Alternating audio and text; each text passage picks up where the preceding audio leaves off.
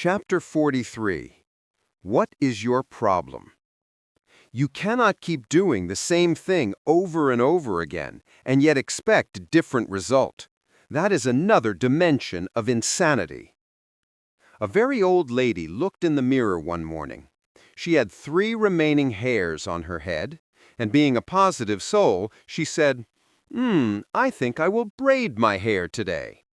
So she braided her 3 hairs, and she had a great day. Some days later, looking in the mirror one morning, preparing for her day, she saw that she had only 2 hairs remaining.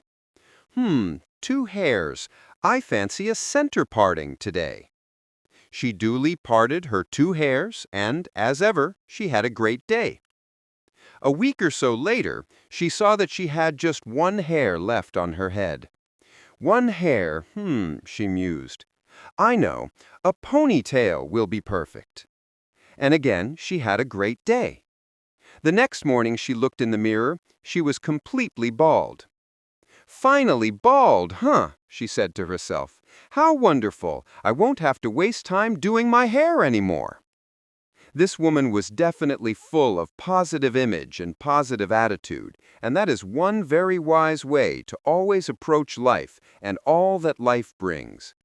It is better to always respond positively than react negatively. What is your problem?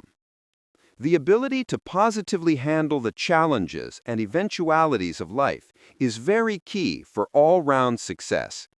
I have decided to end this module with this so as to further make available principles, strategies, and insights that will help achieve the purpose this book is set to achieve. A problem is defined as anything that hinders progress or serves as obstacles to achieving set objectives. Many of what people call problems in life are really not problems. It is just a function of their perception. If it is not stopping you, it is not a problem, just life.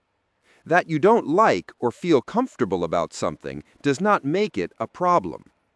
Facts about problems. 1.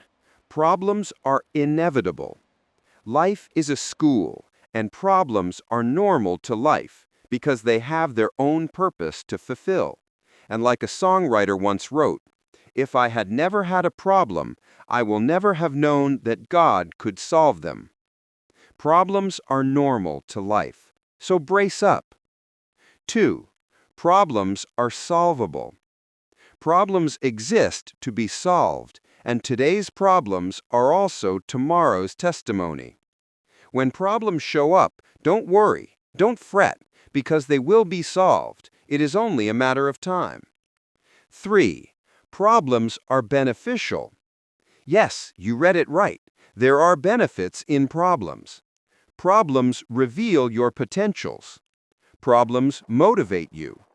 Problems educate you. If you learn from today's problems, you will conquer tomorrow ones. Differences to note. There are 3 different types of problems and different ways to respond to each type. 1. Potential problem. This is not yet an existing problem, but has the potential to become a problem. The way to respond to this is to take preventive action, because prevention is better than cure. 2. Perceived problem. This is not yet a problem, neither is it going to be a problem except you allow it or turn it into one, because it only exists in your mind for now. The way to respond to this is to ignore it. Even though perception is reality to you, your best option is to ignore it, or else you end up creating a problem where there is none. 3. Real problems. These are the real problems that require your attention and prompt action. And the best way to respond when faced with real problems is to take decisive actions. You need courage to change what you can change. You need grace to accept what you cannot change. You need wisdom to know the difference. Some people erroneously believe that if you ignore a problem, it will take care of itself. But that is only true for perceived problem, because real problem won't take care of itself without decisive action on your part. 3 things to do with real problems. 1. Take action to eliminate it. 2. Look for an alternative so you can bypass it. 3. Face it and go through it to conquer it, or grow through it. The 3 options above are very important and should be registered in you. How people respond to problems. 1. Shock. This is not the right way to respond to problems because problems are normal to life and being shocked changes nothing. 2.